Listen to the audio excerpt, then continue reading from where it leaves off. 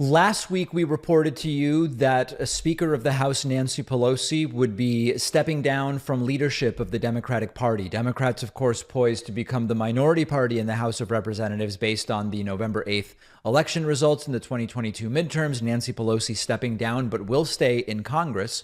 And Democrats have now decided that it is Hakeem Jeffries, a former guest of this program, who will become minority leader for Democrats in the House of Representatives. The New York Times reporting, in a show of unity, House Democrats elect Hakeem Jeffries minority leader, a new trio, including Representatives Catherine Clark of Massachusetts as number 2, and Pete Aguilar of California as number 3, will take the reins in January, replacing Speaker Nancy Pelosi and her team.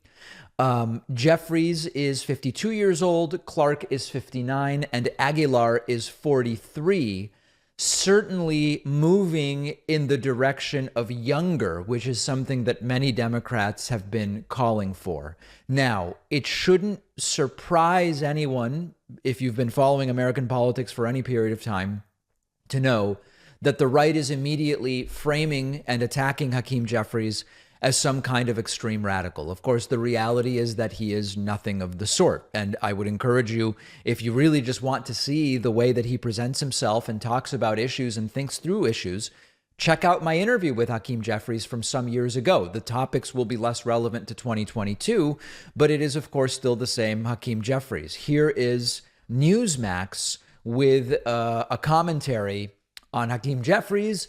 They're saying much of the decision was motivated simply by race and the fact that Hakeem Jeffries is not white. And they say a lot of the exact things that we would expect, but it's important to remember they would be saying this no matter who was chosen.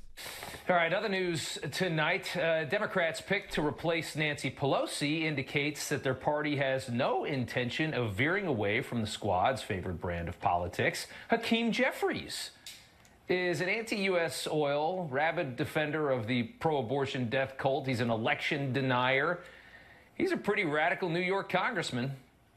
He tweeted numerous times following the 2016 election, at one point writing, "The more we learn about the 2016 election, the more illegitimate it becomes." Now, you need to understand, they love to play this game. So first of all, some of the things that this Newsmax host says, well, he's part of the pro-death machine, abortion, whatever.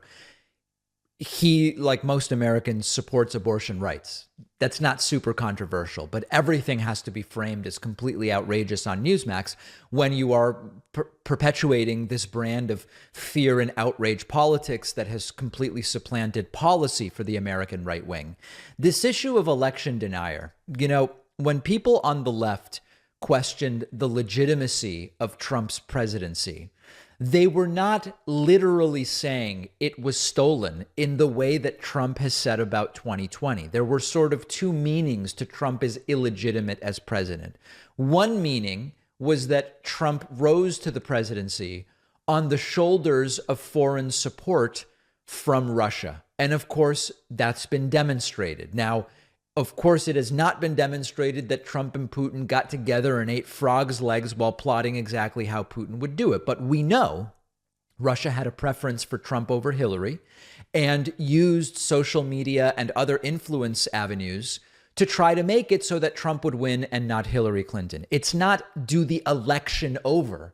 It's people were swayed by propaganda that came from a foreign adversary. Okay, very, very different. And then number two, Trump was illegitimate in the colloquial sense, in that he had no business being president of the United States, had no idea what was going on, didn't know up from down, was completely clueless.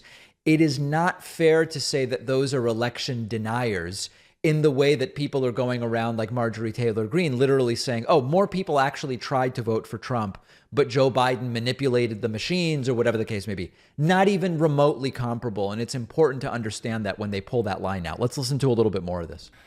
And now this man leads the House Democrats. So you see the road that party is going down. Republican strategist Aaron Perini joins me now to talk more about this.